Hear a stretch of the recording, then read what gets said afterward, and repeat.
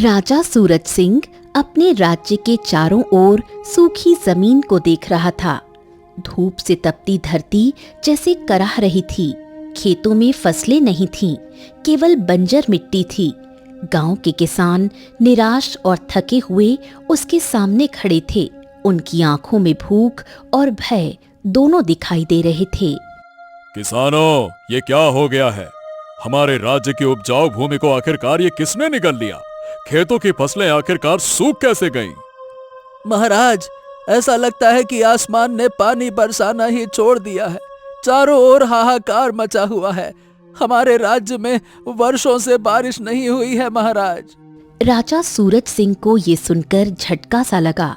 उसके माथे पर चिंता की लकीरें और गहरी हो गईं। ये तो बहुत ही विचित्र बात है। महाराज, धरती ने भी तो जैसे अन्न देना छोड़ दिया है।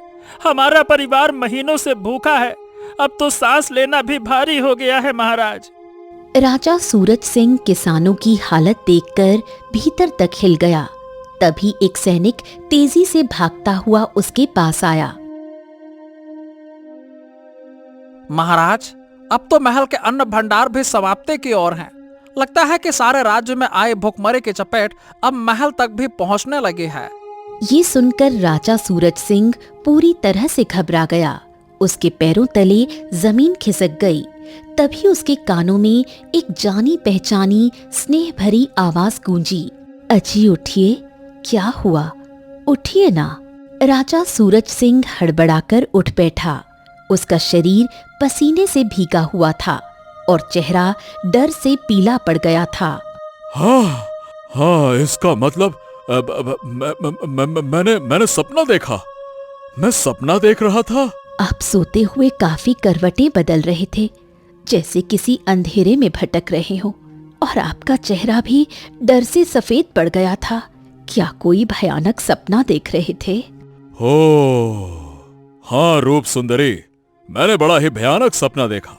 मैंने देखा कि हमारे राज्य में वर्षों से बारिश नहीं हो रही है। धरती ने अन्न उगाना छोड़ दिया है और भूखमरी की शुरुआत महल तक पहुंच गई है। रूप सुंदरी ये सुनकर कुछ क्षण के लिए स्तब्ध रह गई। उसने राजा के चेहरे को ध्यान से देखा, फिर धीरे से कहा, फिर तो आपका सपना वास्तव में बहुत ही डरावना था। कुछ देर बाद राजा सूरज सिंह राज दरबार में पहुंच गया, लेकिन उस डरावने स्वप्न की परछाई उसके चेहरे पर अब भी तैर रही थी। राजा सूरज सिंह के चेहरे पर चिंता की लकीरें देखकर उसका मंत्री भैरव सिंह उससे बोला, महाराज, आपके मुख पर ये चिंता की गहन छाया क्यों है? क्या कोई समस्या उत्पन्न हो गई है क्या? मंत्री भैरव, आज रात्रि को मैंने एक अत्यंत भयानक स्वप्न देखा। उस स्वप्न में मैंने देखा कि हमारा संपूर्ण राज्य भूखमरी और सूखे की चपेट में आ गया है। राजा सूरज सिंह की बात सुनकर वहां बैठा एक दरबारी चौंकते हुए राजा सूरज सिंह से बोला, महाराज, ये स्वप्न किसी साधारण व्यक्ति का नहीं, एक सम्राट का है। इसका अर्थ अवश्य ही कोई विशेष होगा। आपको इस स्वप्न का अर्थ किसी सिद्ध साधु से पूछना चाहिए। हम भी यही विचार कर रहे थे। महाराज, मैं एक तपस्वी साधु को जानता हूँ। यदि आप आज्ञा दें तो मैं स्वयं उन्हें राजमहल में आमंत्रित करके ले आऊं। नहीं नहीं नहीं नहीं नहीं, साधु जन संसार की माया से मुक्त होते हैं। हम उन्हें बुलाकर उनका अपमान नहीं करना चाहते। हम स्वयं उनके कुटिया में जाकर उनका मार्गदर्शन प्राप्त करेंगे। राजा सूरज सिंह कुछ विश्वस्त दरबारियों और मंत्री भैरव सिंह के साथ जंगल की ओर प्रस्थान कर गया। कुछ देर बाद राजा सूरज सिंह, मंत्री भैरव सिंह और 2 सैनिक साधु की कुटिया में प्रवेश कर गए। राजा सूरज सिंह को देखकर साधु रहस्यमयी अंदाज में बोला, वर्षों बाद कोई राजा साधु की कुटिया तक आया है। निश्चय ही ये कोई विशेष कारण से हुआ है। महाराज, मैंने एक स्वप्न देखा जो मुझे विचलित कर गया। कृपया उसका अर्थ बताने की कृपा करें। इतना बोलकर राजा सूरज सिंह अपने सपने के बारे में साधु को बताने लगा। सपने के बारे में सुनकर साधु रहस्यमयी अंदाज में राजा सूरज सिंह की ओर देखकर बोला, महाराज, जब कोई राजा अपनी प्रजा की पीड़ा से दृष्टि हटा लेता है तब ऐसे ही दो स्वप्न राजाओं को चेतावनी देते हैं। आपने जो स्वप्न देखा वो इंगित करता है कि आपकी प्रजा का अन्न अर्थात किसानों की मेहनत किसी द्वारा चुपचाप लूटा जा रहा है। ओह, तो फिर उस व्यक्ति का नाम बताइए साधु महाराज। कौन है जो मेरी प्रजा में लूटपाट कर रहा है? ऐसा वही कर सकता है जो स्वभाव से चोर हो, जो दूसरों की मेहनत से कमाए धन और अन्न को अपनी चालाकी से चुराता है। महाराज, अब आपकी आंखें खोलने और कान तेज करने का समय आ गया है। अपनी न्याय प्रणाली को सुदृढ़ कीजिए महाराज। हम समझ गए साधु महाराज। आपका बहुत बहुत धन्यवाद। अब हमें क्या करना है ये बिल्कुल स्पष्ट है। चलिए, प्रणाम। राजा सूरज सिंह साधु को प्रणाम कर अपने दल सहित महल लौट आया। अगले दिन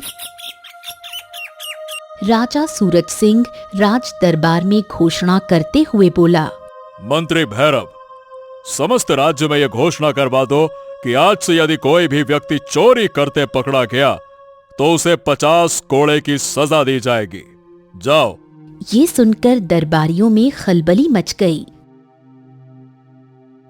लेकिन महाराज, 50 कोड़े की सजा, एक साधारण चोर तो इससे प्राण ही त्याग देगा।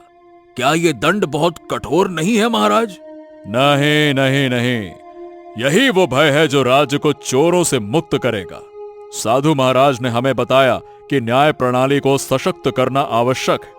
अब चाहे चोर कोई बड़ा व्यापारी हो, कोई जमींदार हो या कोई सामान्य नागरिक, कोई भी चोरी करेगा तो वही दंड पाएगा। और यह भी घोषणा करवा दो कि हम स्वयं प्रत्येक माह अपने सैनिकों के साथ राज्य का दौरा करेंगे। किसी को भी अंधकार में जीने की छूट नहीं दी जाएगी। राजा सूरज सिंह की कठोर और न्यायपूर्ण घोषणा से समस्त केशव नगर में हलचल मच गई। 50 कोड़ों की सजा का नाम सुनते ही चोरों के हृदय भय से कांप उठे। राज्य में एक नई न्यायिक व्यवस्था का आरंभ हो चुका था। एक दिन राजा सूरज सिंह अपने मंत्री भैरव सिंह के साथ राज्य भ्रमण पर निकला। दोपहर की धूप में बाजार की चहल पहल जारी थी। तभी एक रोटी की दुकान के सामने लोगों की भीड़ दिखी। मंत्री जी, वहां सामने इतनी भीड़ क्यों जमा है? लगता है कोई झगड़ा हो गया है महाराज। तो फिर हमें देखना चाहिए। ये कहकर राजा सूरज सिंह मंत्री भैरव सिंह के साथ उस भीड़ की ओर बढ़ गया। वहां जाकर उसने देखा कि गांव के कुछ लोगों ने एक दुबले पतले व्यक्ति को पकड़ रखा है, उसे मार रहे हैं। रुक जाओ, ऐसे एक दूसरे को मार क्यों रहे हो? बात क्या है? राजा को देखकर सब लोग सहम गए। तभी एक व्यक्ति आगे बढ़कर बोला, महाराज, मैं बाजार में रोटियां बेचता हूँ। ये जो व्यक्ति है इसका नाम मोहन है। ये पिछले कुछ दिनों से मेरी दुकान से रोटियां चुरा कर भाग रहा है। आज तो इसने हद कर दी महाराज। 4 रोटियां चुरा कर भाग रहा था, मैंने पकड़ लिया। राजा सूरज सिंह उस व्यक्ति की ओर देखने लगा जो डरा सहमा खड़ा था। क्या ये सच है? महाराज, मेरी बात तो सुनिए। मेरा परिवार। मुझे ये मत बताओ कि तुम्हारे परिवार की क्या हालत है। मेरे कानों ने बस यही सुना कि तुमने चोरी की है, चाहे वो रोटी की हो या सोने के भंडार की। चोरी चोरी होती है। बताओ, क्या तुमने सच में चोरी की? महाराज, मैंने मजबूरी में चोरी की। हर चोर कोई ना कोई मजबूरी बताता ही बताता है। तुमने खुद अपनी जुबान से स्वीकार किया है कि तुमने चोरी की है। अब इससे फर्क नहीं पड़ता कि तुम्हारी मजबूरी क्या थी। तुमने मेरे आदेशों की अवहेलना की है। सिपाही, इसे 50 कोड़े लगाओ अभी। ये सुनकर वहां मौजूद सभी लोग भयभीत हो गए। तभी वो दुकानदार बोल पड़ा, महाराज क्षमा चाहूंगा, लेकिन 50 कोड़े तो इसके लिए बहुत है। कोई बात नहीं महाराज, क्षमा कर दीजिए। मैं माफ करने को तैयार हूँ। हमें ये मत बताओ कि क्या करना है और क्या नहीं। यहाँ के राजा हम हैं, तुम नहीं हो, समझे? मोहन को 50 कोड़े लगाए जाएं। सिपाही कोड़े मारने लगा, लेकिन बेचारा मोहन 20 कोड़े भी सह नहीं पाया और दम तोड़ बैठा। मोहन की मृत अवस्था देखकर राजा सूरज सिंह गंभीर हो गया। उसने मंत्री भैरव सिंह की ओर देखा। हो, लगता है ये बीमार था। ठीक है, इसके परिवार का पता लगाओ और उनकी आर्थिक मदद कर दो ताकि आगे से उन्हें चोरी करने की जरूरत न पड़े। चलो। ये कहकर राजा सूरज सिंह सीधे महल की ओर रवाना हो गया। समय ऐसे ही बीतने लगा। धीरे धीरे राजा सूरज सिंह का केशव नगर राज्य एक तरह से चोरों से मुक्त हो चुका था। चोर अब चोरी के नाम से भी कांपने लगे थे। सच तो ये था कि चोर भूल चुके थे कि आखिर चोरी कैसे होती है। ऐसे ही 10 वर्ष बीत गए। एक दिन राजा सूरज सिंह जैसे ही अपने कक्ष में आया तो उसने देखा उसकी पत्नी रूप सुंदरी उदास बैठी हुई थी। रूप सुंदरी, तुम इतनी उदास क्यों बैठी हो? तुम्हें तो प्रसन्न होना चाहिए कि हमारा राज्य एक तरह से राम राज्य में परिवर्तित हो चुका है। अब कोई चोरी नहीं होती। प्रजा के आम नागरिक अपना सामान यूं ही छोड़कर चले जाते हैं। उन्हें किसी चोर का कोई भय नहीं है। इस बात से तो मैं बहुत खुश हूँ महाराज, परंतु आप क्यों नहीं समझते कि अब तक मेरी गोद सूनी है। आप क्यों नहीं सोचते कि कल आपके बाद इस राज्य को कौन संभालेगा? राजा सूरज सिंह चौंक गया। न्याय व्यवस्था को सुदृढ़ करने में उसे ये ध्यान ही नहीं रहा कि अब तक वो संतान सुख से वंचित रहा है। मुझे नहीं लगता कि मैं अब मां बन पाऊंगी। मुझे लगता है आपको दूसरा विवाह कर लेना चाहिए। नहीं नहीं नहीं नहीं रूप सुंदरी, कोई ना कोई उपाय अवश्य होगा। हम अपने किसी राज दरबारी से इस विषय में अवश्य चर्चा करेंगे। अगले दिन तो अब तक हम किसी संतान के पिता नहीं बन पाए हैं। महाराज, आपको याद होगा कि आपने वर्षों पहले एक स्वप्न देखा था, तो मैं आपको एक साधु के पास ले गया था। अब मैं आपको एक दूसरे साधु के पास ले चलूंगा। मुझे विश्वास है कि आपको संतान सुख की अवश्य प्राप्ति होगी। बहुत सी बांझ महिलाएं भी उस साधु का आशीर्वाद प्राप्त कर मां बनने का सौभाग्य प्राप्त कर चुकी हैं। अगले दिन राजा सूरज सिंह अपने दरबारी के साथ जंगल में उस दूसरे साधु के पास चला गया। साधु महाराज प्रणाम। मैं अब तक संतान सुख से वंचित हूँ। ये लो, ये सेब अपनी पत्नी को खिला देना। राजा सूरज सिंह वो सेब लेकर आया और रूप सुंदरी को देते हुए कहा, इस सेब को खा लेना। साधु महाराज का दावा है कि इससे संतान सुख की प्राप्ति हो जाएगी। रूप सुंदरी ने सेब खा लिया। कुछ ही दिन बाद वो प्रसन्न होकर राजा सूरज सिंह से बोली, महाराज, मैं गर्भवती हूँ। हाँ? अरे वाह वाह वाह वाह, ये तो चमत्कार हो गया। मुझे विश्वास था। बहुत उत्तम। कुछ समय बाद रूप सुंदरी ने एक सुंदर पुत्र को जन्म दिया। पुत्र के जन्म के बाद राजा सूरज सिंह अपार प्रसन्नता में डूब गया। उसके मन में साधुओं के प्रति श्रद्धा और भी बढ़ गई। एक दिन वो मंत्री भैरव सिंह से बोला, मंत्री भैरव सिंह, सुनिए, जाकर पूरे राज्य में ऐलान करवा दीजिए कि अब से हमारे राज्य में साधुओं का सम्मान करना अनिवार्य होगा। यदि कोई व्यक्ति किसी साधु का अपमान करते हुए पकड़ा गया तो उसे कठोरतम दंड मिलेगा। और हाँ, हमारे महल में अब किसी भी साधु को बेधड़क आने की अनुमति दे दी जाए। राजा सूरज सिंह का फरमान राज्य में तत्काल प्रभाव से लागू कर दिया गया। समय आगे बढ़ता गया और एक बार फिर 10 वर्ष बीत गए। राजकुमार आदित्य अब 10 वर्ष का एक सुंदर तेजस्वी बालक बन चुका था। उधर विजयनगर राज्य में राधा चूल्हे पर रोटियां बना रही थी। तभी वहां उसके घर पर गांव का जमींदार आ पहुंचा। तुम्हारा पति कहाँ है राधा? बताओ, कहाँ है वो? क्या हुआ? आप इतने क्रोधित क्यों हैं? अरे, कल रात मेरी हवेली में आभूषणों की चोरी हो गई है और मुझे पूरा शक है, अरे शक नहीं यकीन है कि चोरी तुम्हारे पति ने ही की है। तभी वहां आदित्य आ गया।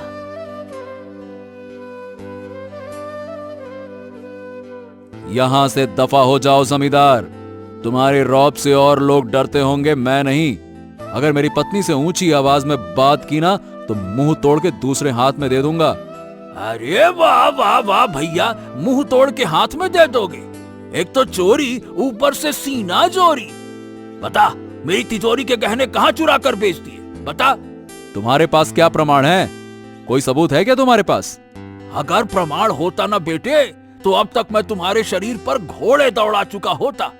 पर क्या करूं, ये विजयनगर राज्य है, केशव नगर नहीं। तभी वहां मुखिया आ गया और उसके साथ कुछ गांव वाले भी। मुखिया जी देखिए, एक तो इसने चोरी की है और ऊपर से सबूत भी मांग रहा है। आदित्य, पूरा गांव जानता है कि तुम एक चोर हो, इसीलिए शक सीधा तुम पर जाता है। मैं तुम्हें 2 दिन का समय देता हूं। अगर तुमने गांव खाली नहीं किया तो हम सब मिलकर तुम्हारे घर में आग लगा देंगे। समझ में आई बात? चलो। मुखिया, जमींदार और गांव वाले वहां से चले गए। राधा की आंखों से आंसू बहने लगे। बस यही दिन देखना बाकी रह गया था। कितनी बार तुमसे कहा है कि मेहनत से काम करो, चोरी मत करो। अब समझ में आया कि कल रात तुम देर से क्यों आए थे। जमींदार के घर की चोरी तुमने ही की है ना? अरे अगर चोर चोरी नहीं करेगा तो क्या करेगा राधा? अब बताओ, गांव वाले हमें निकालने की धमकी देकर गए हैं। अब कहाँ जाएंगे हम? अरे भाड़ में जाए ये गांव, हम केशव नगर राज्य जाएंगे। क्या पागल हो गए हो? तुम्हें केशव नगर राज्य का कानून नहीं मालूम? वहाँ कोई भी चोरी नहीं कर सकता। वो तो चोर मुक्त राज्य है। मुझे कोई फर्क नहीं पड़ता, मैं तो वहीं जाऊंगा। देखता हूँ वहां का राजा मुझ पर भारी बैठता है या मैं उस पर। तुम कोई काम क्यों नहीं करते आदित्य? आदित्य कुछ देर चुप रहा, फिर उसकी आंखों में गहराई उतर आई। मुझ पर भरोसा रखो राधा, एक दिन मैं काम भी करूंगा, मेहनत भी करूंगा। लेकिन अभी जो मैं कर रहा हूं ना, बस मुझे करने दो। बस तुम इतना जान लो कि ये चोरियां किसी मजबूरी में नहीं करता, किसी और वजह से करता हूं। कल हम केशव नगर राज्य की ओर रवाना होंगे, तैयारी कर लेना। अगले दिन राधा और आदित्य केशव नगर राज्य की ओर रवाना हो गए। केशव नगर पहुंचने के बाद आदित्य ने एक सुंदर सी झोपड़ी बनाई और वहीं रहने लगे। कुछ दिन ऐसे ही बीत गए। एक दिन आदित्य एक स्थानीय व्यक्ति से बोला, ए भैया, मैं देख रहा हूं कि जब भी यहाँ कोई साधु आता है तो यहाँ के लोग डर जाते हैं। भला क्यों? अरे साधुओं को देखकर तो लोगों की आंखों में सम्मान होता है, पर यहाँ तो साधुओं को देखकर भय। ओह, लगता है कि तुम नए हो। केशव नगर राज्य में साधुओं का अपमान करना सबसे बड़ा अपराध है। अगर किसी साधु को बुरा लग गया तो बहुत ही कड़ी सजा मिलती है, इसीलिए लोग डर के रहते हैं। गलती से भी कोई ये गलती नहीं करना चाहता। चलो भैया। इतना कहकर वो व्यक्ति चला गया। आदित्य गहरी सोच में डूब गया और झोपड़ी की ओर बढ़ गया। राधा, तू पूछती थी ना कि मैं चोरी कब छोड़ूंगा? अब समय आ गया है। ये तो बहुत अच्छी बात है। तो अब क्या करोगे? मैं केशव नगर राज्य का राजा बनूंगा और तुम रानी। क्या पागल हो गए हो? ऐसा बोल रहे हो जैसे केशव नगर राज्य कोई थाली में सजा हुआ हो। कुछ ऐसा ही समझ लो। अगले दिन आदित्य ने साधु का वेश धारण कर लिया। ये क्या कर रहे हो? साधु बनकर कहाँ जा रहे हो? अरे चोरी करने नहीं जा रहा राधा, तुम बस सवाल मत पूछो, समय आने पर सब बता दूंगा। आदित्य साधु के रूप में महल के मुख्य द्वार से होते हुए सीधे राज दरबार में जा पहुंचा। वहां राजा सूरज सिंह अपने मंत्री भैरव सिंह के साथ बैठा था। साधु महाराज, आपका स्वागत है। आइए आइए आइए। राजन, सुना है कि आपके राज्य में साधुओं का अपमान वर्जित है। ये जानकर मैं बहुत प्रसन्न हुआ। मुझे लगा आपसे मिलना चाहिए। आपने बहुत अच्छा किया साधु महाराज। राजन, मैं आपकी बुद्धि की परीक्षा लेना चाहता हूं। अगर आपने मेरे 3 प्रश्नों का उत्तर दिया तो मैं आपकी बुद्धि का सम्मान करूंगा, लेकिन अगर नहीं दे पाए तो आप इस राज्य के योग्य नहीं माने जाएंगे। अच्छा ठीक है, आप प्रश्न पूछ सकते हैं साधु महाराज, पूछिए। नहीं राजन, पहले आप वचन दीजिए। यदि आप मेरे 3 प्रश्नों का उत्तर नहीं दे पाए तो आप अपना सिंहासन छोड़ देंगे। और यदि आपके राज्य में कोई भी व्यक्ति उन 3 प्रश्नों का उत्तर दे दे तो आप स्वयं अपने हाथों से उसे मुकुट पहनाएंगे। आपने तो मुझे कठिन निर्णय के द्वार पर लाकर खड़ा कर दिया है साधु महाराज। लेकिन राजन, आपके ही बनाए नियमों के अनुसार साधु का अपमान तो दंडनीय है। यदि आप मना करते हैं तो फिर तो ये मेरा अपमान होगा।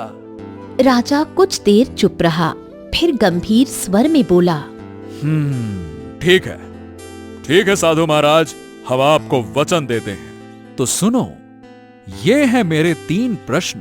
पहला प्रश्न, वो कौन सी चीज है जो जितनी बांटी जाती है उतनी ही बढ़ती जाती है?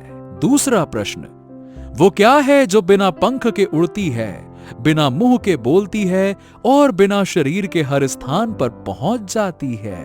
तीसरा प्रश्न, वो कौन है जो न दिखाई देती है न सुना जाता है, पर सबसे बड़ी शक्ति वही रखता है?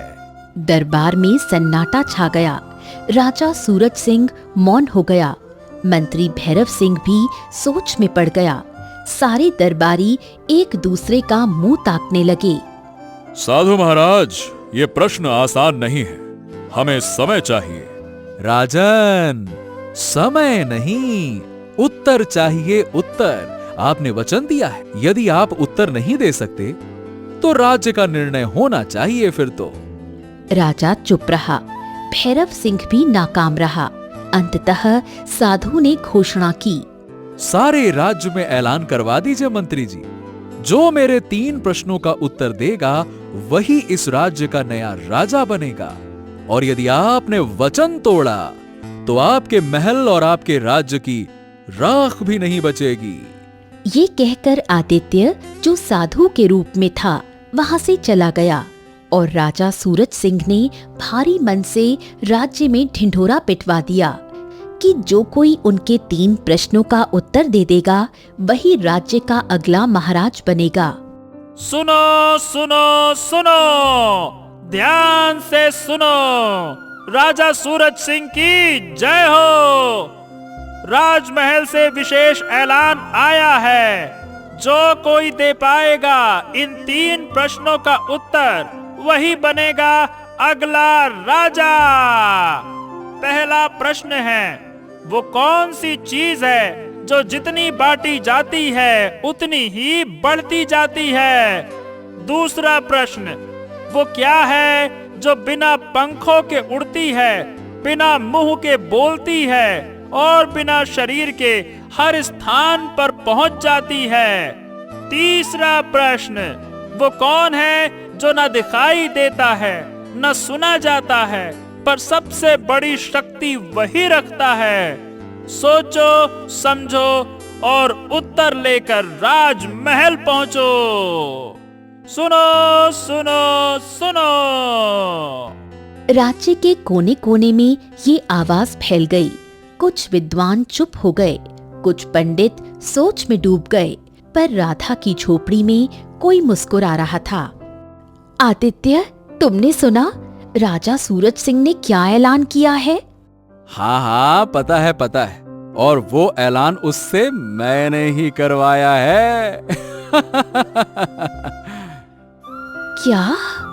तो इसका मतलब जिस साधु ने राजा सूरज सिंह से सवाल पूछे वो तुम थे?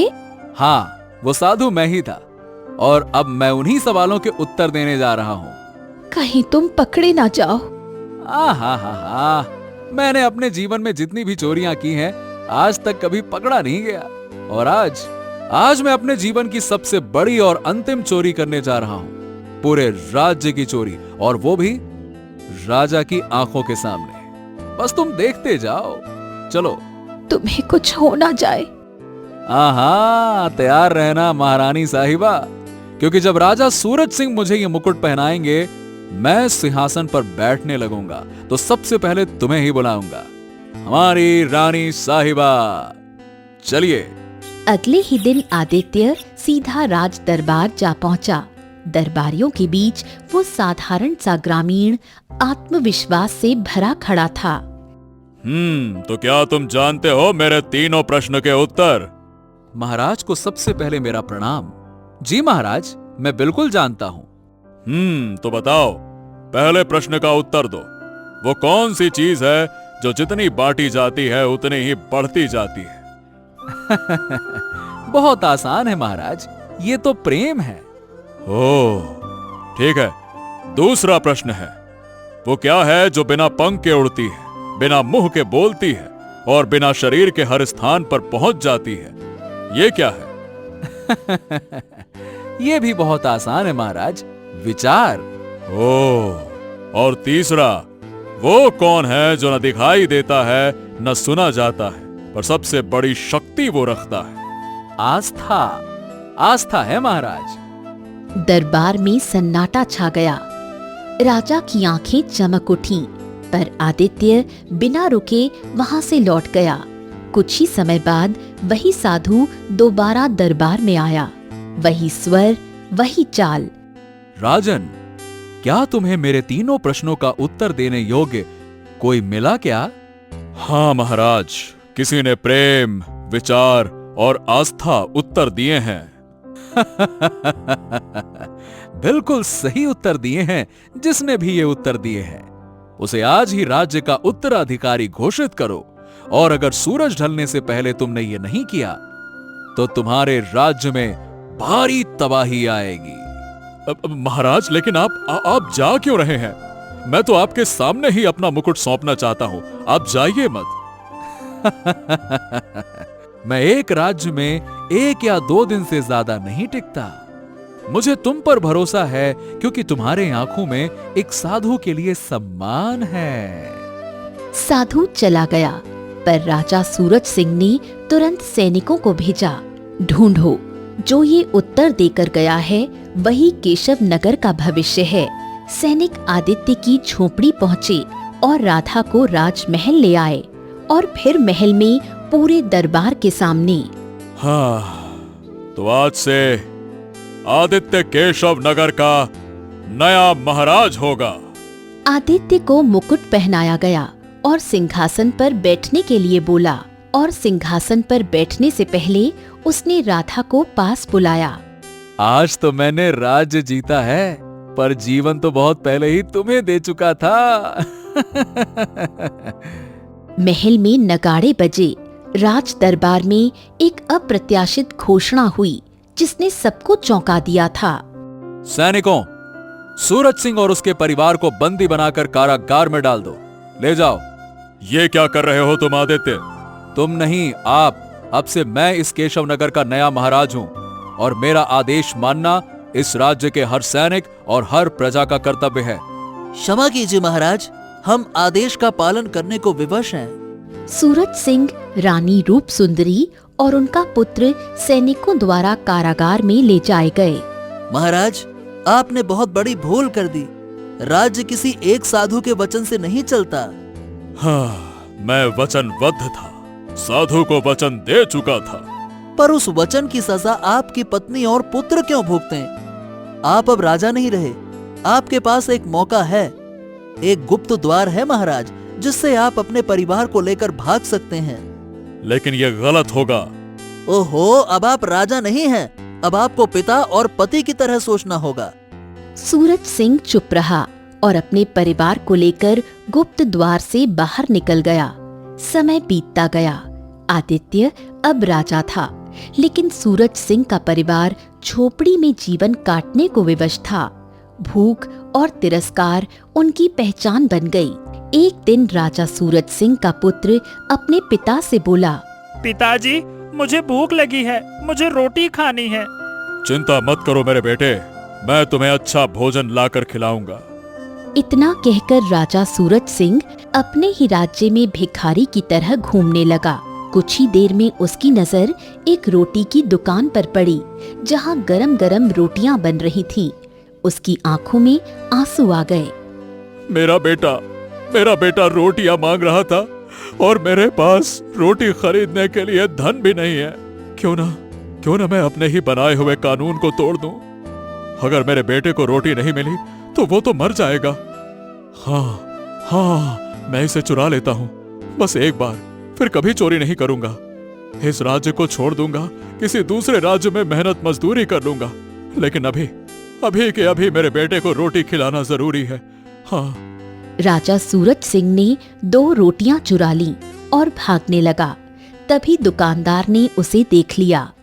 अरे चोर चोर चोर, पकड़ो इसको, पकड़ो चोर को, पकड़ो। राजा सूरज सिंह डर गया।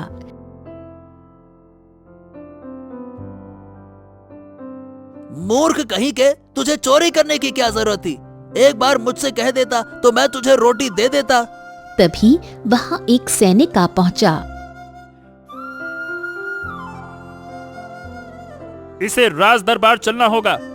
अरे क्या कह रहे हो भाई, राज दरबार में? अरे वहाँ तो इसे 100 कोड़े मारे जाएंगे, यह झेल नहीं पाएगा, मर जाएगा। महाराज का आदेश है, और अगर मेरी भी शिकायत दरबार में पहुंची तो मैंने सब जानते हुए भी ये बात छुपाई तो मेरी भी खाल उतार दी जाएगी और तुम भी चलोगे गवाही देने के लिए, समझे? चलो। कुछ ही देर में सैनिक, दुकानदार और राजा सूरज सिंह राज दरबार में खड़े थे। चोरों की तरह सिंहासन पर बैठा आदित्य उन्हें रहस्यमयी अंदाज में देख रहा था।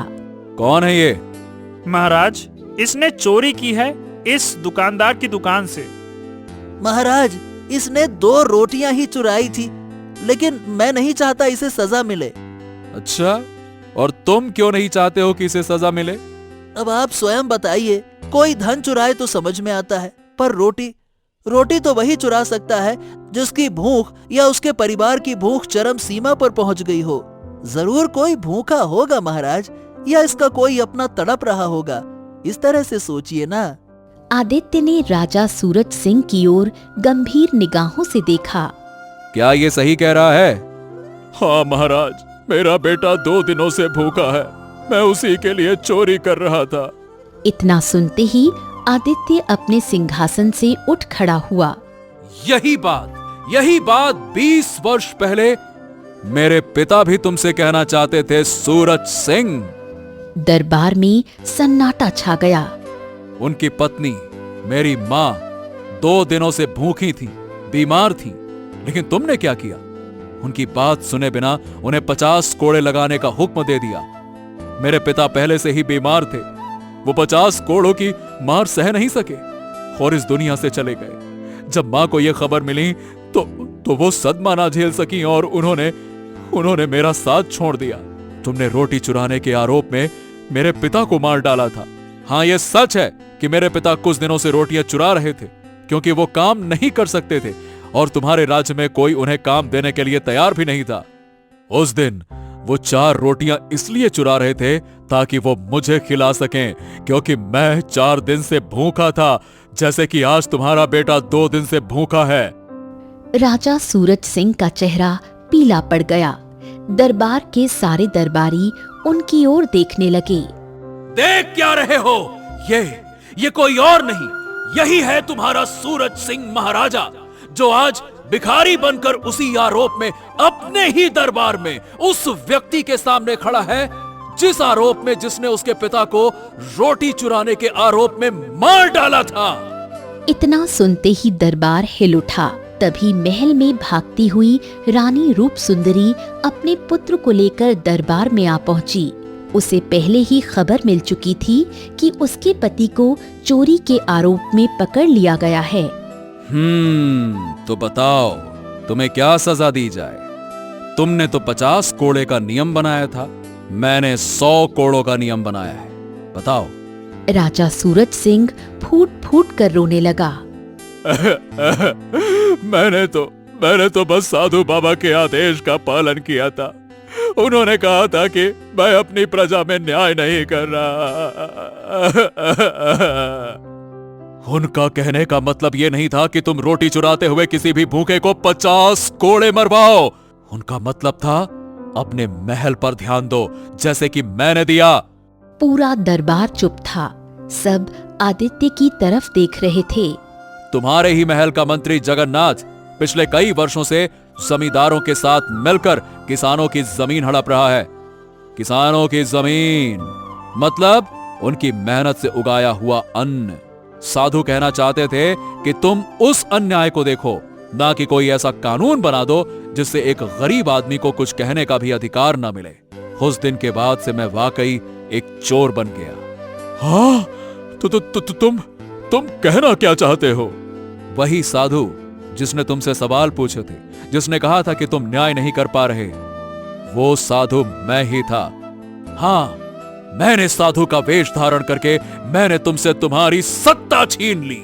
दरबार सन्न हो गया था, सबकी सांसें थम सी गईं, पर आदित्य का स्वर और भी गूंज उठा। पर मैंने ये सब कुछ किसी राज्य का ताज पाने के लिए नहीं किया। मैंने ये किया ताकि तुम्हें आईना दिखा सकूं। राजा बनना आसान है सूरज सिंह, लेकिन प्रजा के पेट की आग को समझना कठिन है। आज तुमने खुद महसूस किया ना, जब तुम्हारा बेटा भूखा था तो तुम भी चोर बन गए ना। सोचो उन लाखों नागरिकों के बारे में जिनके पास रोटी नहीं होती, तो वो क्या करें बताओ?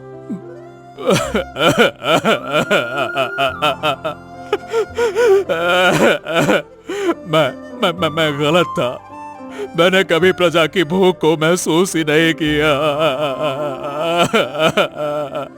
उसी समय आदित्य की पत्नी राधा दरबार में भागती हुई आ पहुंची। मुझे क्षमा कर दो आदित्य, मैंने तुम्हें कभी समझा ही नहीं। मुझे लगता था तुम चोर हो, कभी नहीं सुधरोगे, पर मैं नहीं जानती थी कि तुम्हारे भीतर इतना दर्द, इतना सच्चा प्रेम छिपा है। अब ये राज्य तुम्हारा है, ये चोर इसे भीख में लौटाता है। मुझे क्षमा कर दो आदित्य, मुझे क्षमा कर दो। मैंने न जाने कितने गलत न्याय किए, और मैं अपने किए का प्रायश्चित करना चाहता हूं। मैं करूंगा। मैंने क्षमा किया सूरज सिंह, वरना उस दिन ही मैं तुम्हें मरवा देता जब तुमने मेरे सर पर मुकुट रखा था। पर मेरा मकसद बदला नहीं, जागृति थी। मैं बस ये देखना चाहता था, चोरी की सजा नहीं, चोरी के कारण की सजा होनी चाहिए। सारा दरबार तालियों से गूंज उठा, हर आंख नम थी, हर दिल आदित्य के साहस और सच्चाई के सामने नतमस्तक था। राजा सूरज सिंह ने उसी दिन मंत्री जगन्नाथ को किसानों की जमीन हड़पने के आरोप में बंदी बना लिया, और आदित्य अपने वचनों के साथ राज्य छोड़ गया और दूसरे राज्य के एक छोटे से गांव में खेती करके मेहनत करने लगा।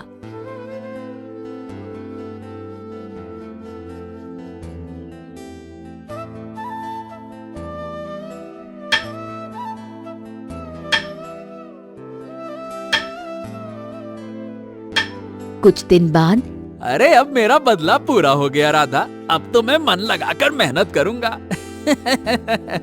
चोरी नहीं करूंगा, मैंने कहा था ना। मुझे तुम पर गर्व है आदित्य। तुम जैसे चोर ने सच्चे राजा को उसकी राह दिखाई।